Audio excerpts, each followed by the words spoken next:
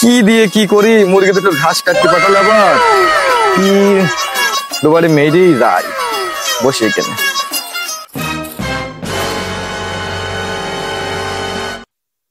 হ্যাঁ শেষ, এবার কি করবো আমি?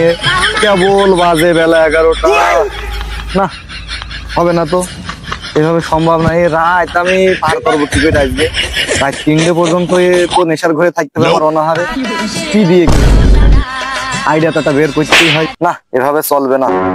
এদিন যে সাধুর সাথে কেটে যে মোমেদুলের পুকুরি 1.5 কেজি ওজনের পুঁটি মাছটা বেচলাম 160 টাকা কেজি দিয়ে, সেটা টাকাও তো শেষ। এভাবে চলে না, এটা বুদ্ধি বের করতেই হবে। এই তো পাইছি, এই ঝাড়ের বাঁশি দিতে হবে কোপ। ধারও তো মোমেদুলের সমস্যা নেই, ওরা আমার কাঠ থেকে ধার থাকে না, ধারও বেরিয়ে গেছে মেলা। দেখি ব্যবস্থা আমিই করি, টাটা নিয়ে আসি আগে। বসান আজকে দিতে হবে ভালো করে, যাতে 2-4 দিনের মালের খরচ হয়ে যায়। দেখি সেরা বাঁশটাই কাটতে হবে ধারের। হ্যাঁ পাইছি, দেখে মনে হচ্ছে এই বাঁশটাই কাটা যাবে নি।